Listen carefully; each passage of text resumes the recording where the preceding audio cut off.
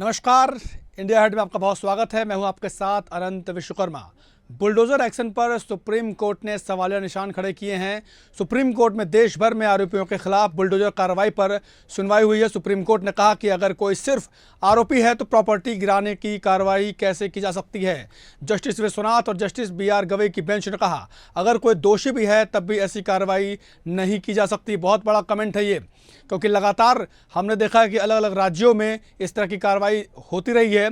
महज आरोपी होने के नाम पर भी कार्रवाई कर दी जाती है। वहीं सुप्रीम कोर्ट जमीयत उलेमाए हिंद की याचिका पर सुनवाई कर रही थी। इसमें आरोप लगाया गया कि बीजेपी शासित राज्यों में मुसलमानों को निशाना बनाया जा रहा है और बुलडोजर एक्शन लिया जा रहा है। अब इस केस की जो है अगली सुनवाई 17 सितंबर को होगी। दूसरी तरफ जमीयत के वकील फारूक रशीद का कहना है कि अल्पसंख्यकों का उत्पीड़न करने और उन्हें डराने के लिए राज्य सरकारें घरों और संपत्तियों पर बुलडोजर एक्शन को बढ़ावा दे रही है। याचिका में यह भी आरोप लगाया गया है कि सरकारों ने पीड़ितों को अपना बचाव करने का मौका ही नहीं दिया, बल्कि कानूनी प्रक्रिया का इंतजार किए बिना पीड़ितों को तुरंत सजा के तौर पर घरों पर बुलडोजर चला दिया गया। देखिए तस्वीरें, कई राज्यों में बुलडोजर एक्शन होता है। खासकर मैं उत्तर प्रदेश की बात कर लूँ तो योगी आदित्यनाथ को ही बुलडोज़र बाबा के नाम से जाना जाता है। वहाँ पर जो भी आरोपी होता है या दोषी होता है उस पर बुलडोज़र एक्शन की कार्रवाई होती है, उसके घरों को बुलडोज़र से गिरा दिया जाता है। अब इसी पर सुप्रीम कोर्ट थोड़ा सख्त हुआ है, थोड़ी टिप्पणी की हैं और साथ ही सवाल भी उठाए हैं कि अगर कोई आरोपी है तो उसके यहाँ बुलडोज़र वाली कार्रवाई क्यों होनी चाहिए, अगर दोषी भी है तब भी आखिर घर क्यों तोड़ देना चाहिए।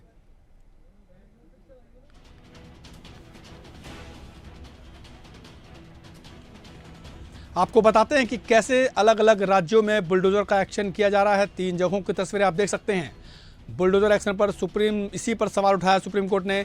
तस्वीरें छतरपुर यानी मध्य प्रदेश की हैं, उदयपुर राजस्थान की और मुरादाबाद बलिया यूपी की तस्वीरें हैं। ये अलग अलग घटनाएं हैं, इसमें बुलडोज़र का एक्शन लिया गया है, कार्रवाई की गई है और अब सुप्रीम कोर्ट ने इसी पर सवाल खड़े किए हैं कि इस तरह के एक्शन नहीं करने चाहिए। अगर वो आरोपी हो तो भी, दोषी पाया जाता है तो भी सज़ा का जो प्रावधान है उसे ज़रूर पूरा करें, लेकिन बुलडोज़र वाली कार्रवाई, घर तोड़ने वाली कार्रवाई क्यों करनी है, इस पर सुप्रीम कोर्ट ने सवाल पूछा है।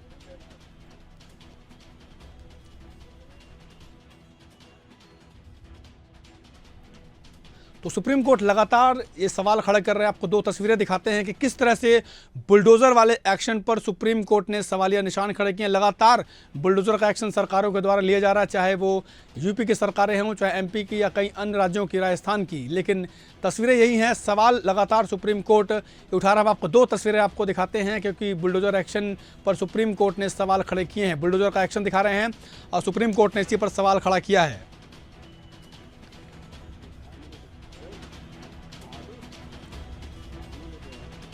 तो बुलडोज़र एक्शन पर सुप्रीम कोर्ट का सवाल। लगातार राज्य सरकारें जिस तरह से बुलडोज़र पर एक्शन करती हैं, बुलडोज़र के ज़रिए, उस पर ही सुप्रीम कोर्ट ने आज सवाल खड़े किए हैं।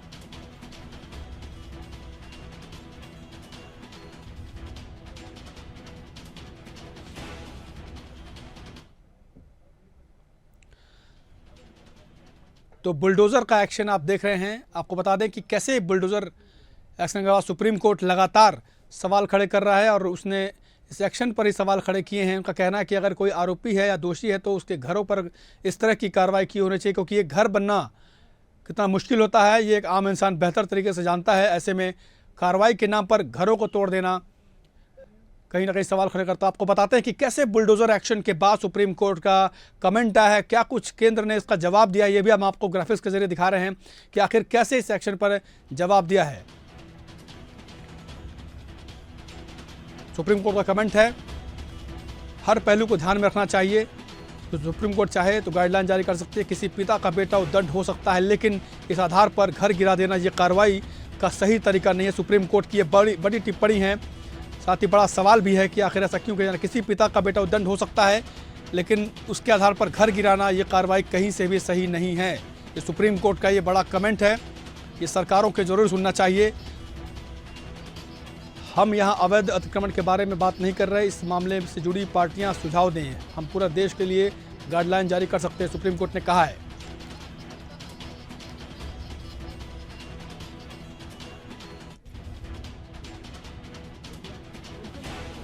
वहीं जमीयत उलेमाए हिंद की याचिका पर यह सुनवाई हुई है। क्या कुछ आरोप लगाए आपको हम दिखा रहे हैं। सुप्रीम कोर्ट जमीयत उलेमा हिंद की याचिका पर सुनवाई कर रही थी। इसमें आरोप लगाया गया कि बीजेपी शासित राज्यों में मुसलमानों को निशाना बनाया जा रहा है और बुलडोजर एक्शन लिया जा रहा है। अब इस केस की सुनवाई आपको बता दें कि 17 सितंबर को होगी।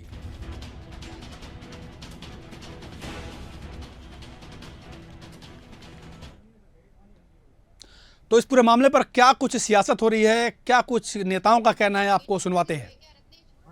देश में जिस तरह से भारतीय जनता पार्टी की सरकार है वो न्यायपालिका के अधिकार क्षेत्र में अतिक्रमण करके बुलडोजर कार्रवाई कर रही थी। राजनीतिक विरोधियों के खिलाफ, अल्पसंख्यकों के खिलाफ, जिनके खिलाफ कोई मुकदमे दर्ज होते थे, आज माननीय सुप्रीम कोर्ट ने इस बात को माना है कि बुलडोजर एक्शन वो गैर कानूनी है। उसके लिए एक दिशा निर्देश जारी करने का फैसला माननीय सुप्रीम कोर्ट ने किया है। समाजवादी पार्टी माननीय सुप्रीम कोर्ट के फैसले का स्वागत करती है। देखिए, हमारे लोकतंत्र में न्यायपालिका और कार्यपालिका दो अलग अलग व्यवस्थाएं ऐसी बनाई गई हैं कि अगर किसी व्यक्ति ने कोई अपराध किया है, कोई गलती की है, तो उसके लिए कानून है, कानून में धाराएं हैं। उन धाराओं के तहत फिर न्यायालय में पहुंचे, अगर वो सिद्ध हो जाती है तो न्यायालय को अधिकार है कि उसको क्या सजा तय की जाए। लेकिन मध्य प्रदेश, उत्तर प्रदेश में एक अलग से राज चल रहा है। एक जाति विशेष को लेकर के या किसी भी तरह अपना रौब जमाने के लिए भारतीय जनता पार्टी के बड़े नेताओं के इशारे पर किसी ने अगर कोई अपराध किया है तो उसके घर को पे बुलडोजर चला दिया जाता है। निश्चित रूप से माननीय उच्चतम न्यायालय का हम आभार व्यक्त करते हैं। अन्याय के प्रतीक, आतंक के प्रतीक और संविधान का विरोधी पक्ष के प्रति बुलडोजर को आज न्याय के मंदिर में स्वयं संविधान विरोधी बता दिया गया है, न्याय विरोधी बता दिया गया है। स्पष्ट हो गया है कि भारतीय जनता पार्टी स्वयं में बुलडोजर की तरीके से ही न्याय विरोधी है, संविधान विरोधी है, ध्वस्तीकरण के ऊपर चलना चाहती है, सृजन के ऊपर नहीं चलना चाहती। जमायते उलेमा हिंद की जो माननीय उच्चतम न्यायालय में जो याचिका है, उस याचिका को लेकर के माननीय उच्चतम न्यायालय ने भी ये बात कही है कि उच्चतम न्यायालय अवैध निर्माण के पक्ष में बिल्कुल नहीं है और बुलडोजर उन्हीं भवनों पर, उन्हीं बिल्डिंगों पर चला जो अवैध ढंग से बनाए गए थे, गैर कानूनी ढंग से बनाए गए थे और कानून का जिनमें अनुपालन नहीं हुआ था। उसी दशा में उन संपत्तियों पर, उन पे बुलडोजर चले हैं। तो यह तो कोई भी कानून इस बात के लिए परमिशन नहीं देगा कि अवैध ढंग से निर्माण किए जाएं और जहां अवैध निर्माण होगा कानूनी तरीके से सरकार उनके खिलाफ एक्शन ले सकती है। देखिए, मध्य प्रदेश सरकार द्वारा बुलडोजर की जो भी कार्रवाइयाँ की गई केवल अपराधियों पर की गई और ऐसे अपराधी जिनके हौसले ध्वस्त करना समाज के लिए आवश्यक थे, उन्हीं मामलों में की गई। सुप्रीम कोर्ट द्वारा जो भी निर्देश दिए जाएंगे उनका पालन किया जाएगा। सरकार द्वारा सुप्रीम कोर्ट में अपना पक्ष भी रखा जा रहा है। तो ये आपने सुनी, कुछ प्रतिक्रियाएं सुनी। बीजेपी का कुछ और कहना है, कांग्रेस की अपनी अलग राय है, लेकिन सवाल है सुप्रीम कोर्ट का, क्योंकि सुप्रीम कोर्ट ने इस कार्रवाई पर सवालिया निशान खड़े किए हैं। साथ ही सवाल पूछा है कि क्या किसी पिता का बेटा उद्दंड हो सकता है, लेकिन इस वजह से उसका पूरा घर गिरा देना ये कहीं से भी न्याय संगत नहीं है। इस पर थोड़ा सोचने की बात है। बेहद अहम मुद्दे पर आज हम चर्चा करेंगे। बुलडोज़र एक्शन पर सुप्रीम कोर्ट ने सवालिया निशान खड़े किए हैं। लगातार हम देख रहे हैं पिछले कुछ सालों से लगातार अपराधियों पर, आरोपियों पर, दोषियों पर कार्रवाई के नाम पर उनके मकानों को तोड़ दिया जाता है। इस पर लगातार सियासत भी होती है और अब सुप्रीम कोर्ट ने भी याचिका पर सुनवाई करते हुए कहा कि ये कहीं से भी न्याय संगत, कहीं से भी सही नहीं है।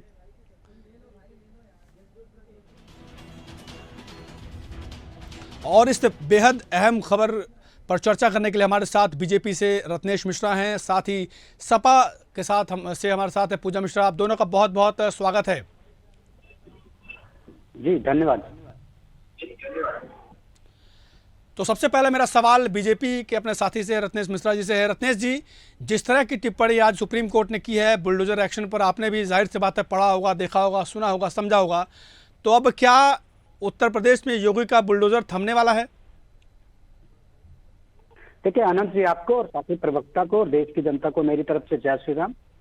देखिए आनंद जी, माननीय न्यायालय का जो निर्णय है हम उसका सम्मान करते हैं और जैसा कि हमारी पार्टी के तमाम सारे लोगों ने स्पष्टीकरण दे दिया इस पर कि जो भी अपराधियों के ऊपर बुलडोजर कार्रवाई की जाती है वो अपराधियों की उन संपत्तियों पर की जाती है जो अतिक्रमण करके और नियम विपरीत इनको अर्जित किया गया है।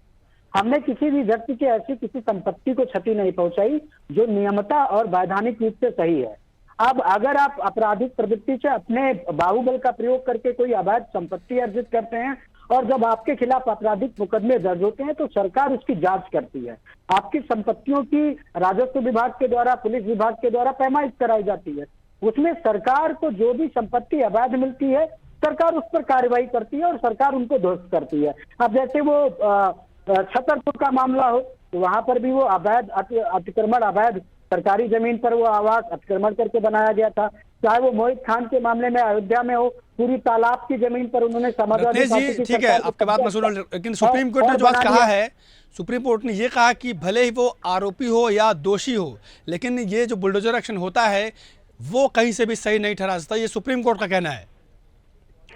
देखिए, हम माननीय न्यायालय की बात को रेफर नहीं करते, माननीय न्यायालय अपनी जगह सही है, लेकिन माननीय न्यायालय ने जो कहा है उसको ध्यानगत रखते हुए माननीय न्यायालय ने ये नहीं कहा कि आप अवैध संपत्तियों पर कार्रवाई नहीं कर सकते। ये पूरे स्टेट में कहीं माननीय न्यायालय ने नहीं कहा है।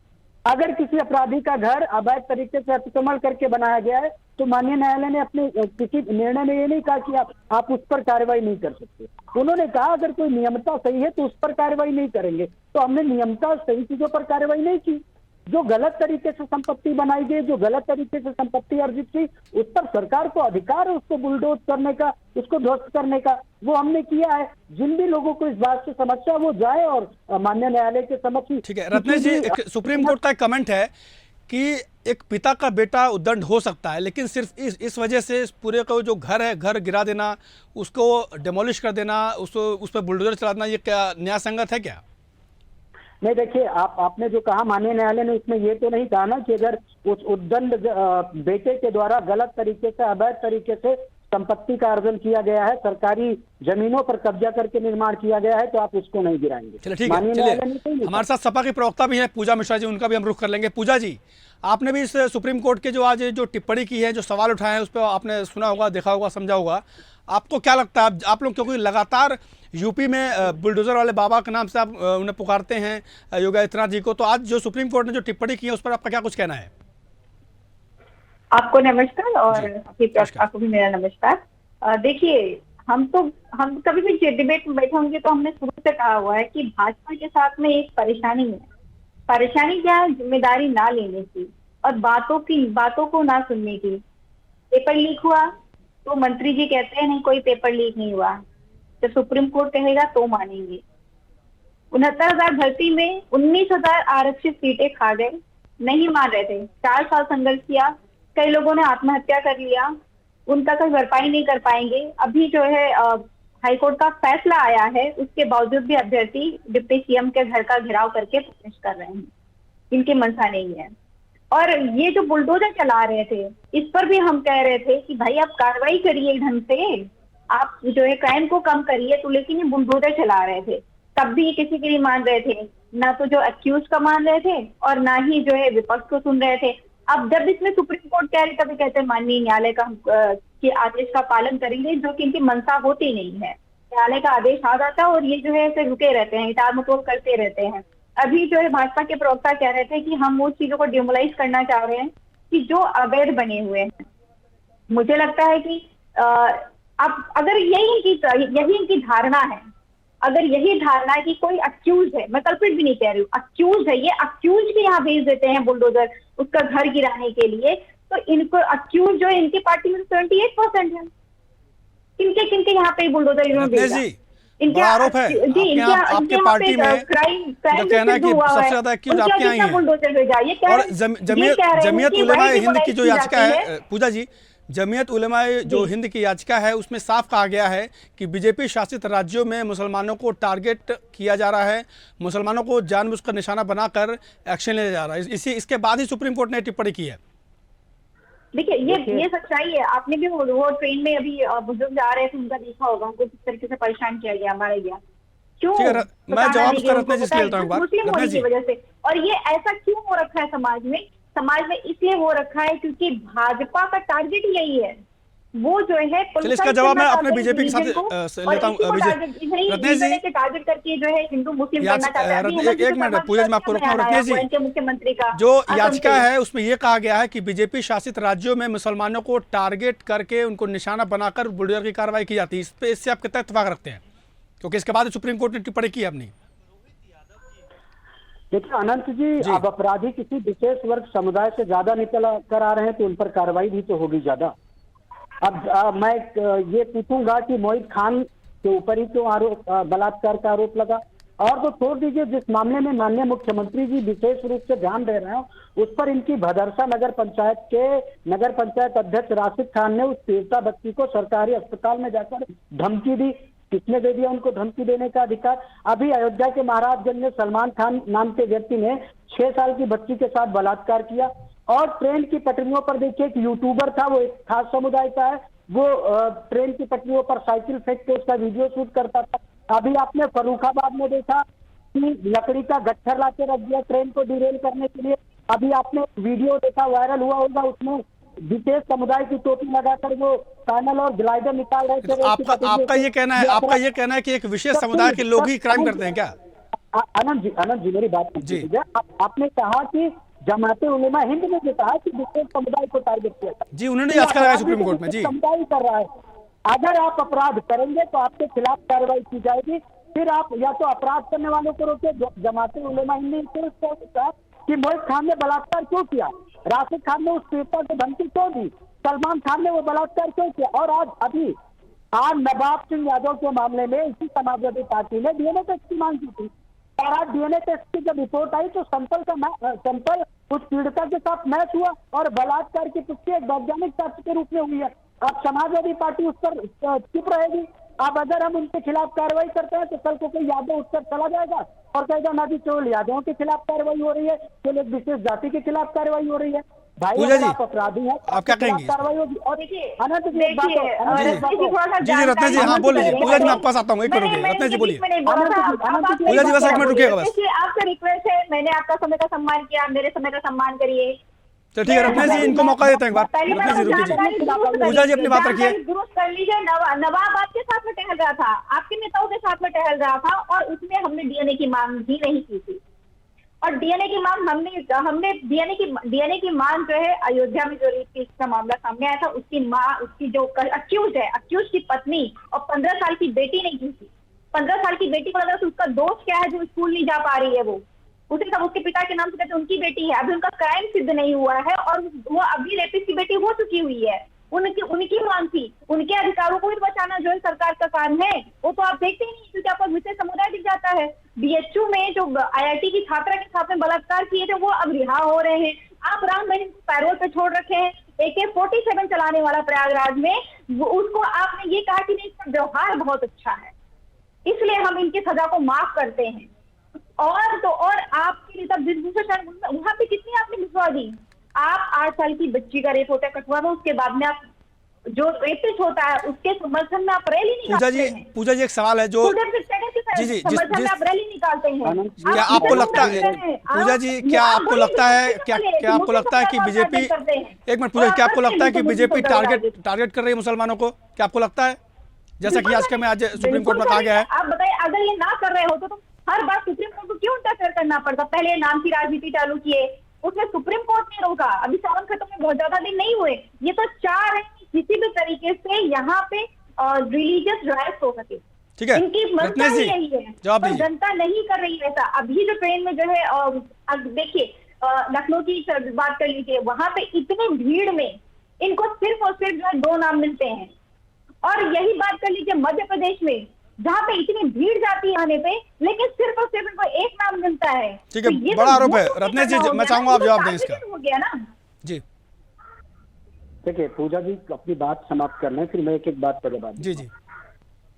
नवाब सिंह यादव किसी भारतीय जनता पार्टी के सांसद का निजी सचिव था, वो डिम्पल यादव का निजी सचिव था। और डिम्पल यादव जी प्रदेश के पूर्व माननीय मुख्यमंत्री की पत्नी है, इससे समाजवादी पार्टी भाग नहीं सकती। नवाब सिंह यादव के घर पर किस पार्टी का झंडा लगा हुआ है इससे समाजवादी पार्टी नहीं भाग सकती। और दूसरी रही बीएचयू के मामले में इन्होंने बात की, तो बीएचयू के मामले में दोषी जेल गए, उनके खिलाफ FIR दर्ज हुई, इनको माननीय उच्च न्यायालय ने जमानत दी है। अब मैं इतना बड़ा नहीं हुआ कि अगर सुप्रीम कोर्ट इनके पक्ष में बोले तो सुप्रीम कोर्ट अच्छी है, लेकिन अगर वो किसी और व्यक्ति को जमानत दे दे जो इनके पक्ष का नहीं है तो न्यायालय बुरा हो जाता है। ये तो इनका न्यायालय पे ही इनका दोहरा रवैया दिख रहा है। अगर आपको लगता है कि शहजाद अली के बुलडोज किए गए पर जमाते उलमा हिंद के मुद्दे पर माननीय सर्वोच्च न्यायालय का निर्णय सही है, तो माननीय उच्च न्यायालय ने भी उन लोगों को जमानत दी है और ये माननीय उच्च अपने विवेक से दिया है, तो आपको उसका भी सम्मान करना चाहिए। न्यायालय के निर्णयों में आप भाजपा का निर्णय और समाजवादी पार्टी का निर्णय नहीं कर सकते। दूसरी बात जो इन्होंने कही थी वो उसमें मोहित खान के मामले में, अब मोहित खान के मामले में मोहित खान की बेकरी में रेप हुआ, इसकी पुष्टि हुई, एविडेंस हुआ, क्योंकि पूजा भी उस मामले में नहीं उलझ रही होंगी, लेकिन मैंने उस मामले में व्यक्तिगत तौर पर पैरवी की थी। और मैं आपको अनंत जी बताऊं, जिस प्रकार से नवाब सिंह को उसको मोहित खान को बचाने के लिए वहां की पुलिस के ऊपर समाजवादी पार्टी के सांसद का दबाव था, वो मैंने सुना है। वहां के एसएचओ ने मुझसे जिस तरह बात की वो मैंने सुना था, वो कार्रवाई करने को नहीं तैयार थे। एक हफ्ते तक दलित बच्चे का FIR नहीं दर्ज हुआ। जब मैंने उसमें माननीय प्रदेश अध्यक्ष मैंने पूजा जी मैं आपके बीच में नहीं बोला, जब मैंने माननीय प्रदेश अध्यक्ष इंदिरा संज्ञान में वो मामला लाया, वो मामला माननीय मुख्यमंत्री तक पहुंचा, तब FIR आरोप लगा रहे हैं, आप उसका जवाब भी सुनिए पूजा जी। किसी व्यक्ति ने उससे मिलना तक उचित नहीं समझा, एक निकास बच्ची से मिलना तक उचित नहीं समझा, क्यों नहीं गई समाजवादी पार्टी उस बच्ची के परिवार से मिलने? बताइए पूजा जी, जवाब दीजिए। केवल मैं कहता रहा हूं, समाजवादी पार्टी केवल पिछड़े और दलित वर्ग का शोषण करती है और केवल जब वोट लेना होता है तो पिछड़े दलितों को नजर आते हैं, लेकिन उन बच्चियों के साथ बलात्कार करने वाले लोग समाजवादी पार्टी से जुड़े होते हैं। पूरे देश के महिलाओं का शोषण करते हैं, युवाओं का शोषण करते हैं। आपने जवाब इन्होंने बोला कि नवाब सिंह जो है, पूजा जी आप बताइए कि आपकी पार्टी के नेता कलकत्ता चलेंगे, क्या वो बलात्कार हुआ, उसकी हत्या कर दी गई, वो आपके लिए महिला नहीं थी? ऐसा नहीं होता। नहीं, वो डॉक्टर महिला नहीं थी, क्या वो निशान बच्ची महिला नहीं थी? या जो जिसका नवाब सिंह यादव ने बलात्कार किया वो महिला नहीं थी? ये समाजवादी पार्टी का दोहरा रवैया आनंद जी जो है, यही इनको सत्ता में आने से रोकता है। निजी सचिव कब थे? आप बताइए, गलत बातें मत करिए। निजी सचिव कब थे? आप प्रश्न सही नहीं रख रहे हैं। अरे वो निजी सचिव थे, आप प्रोफार्मा निकाल के देखिए, आप उनका बैकग्राउंड निकाल के देखिए। मैं नहीं कह रहा हूँ, आप उनका बैकग्राउंड निकाल के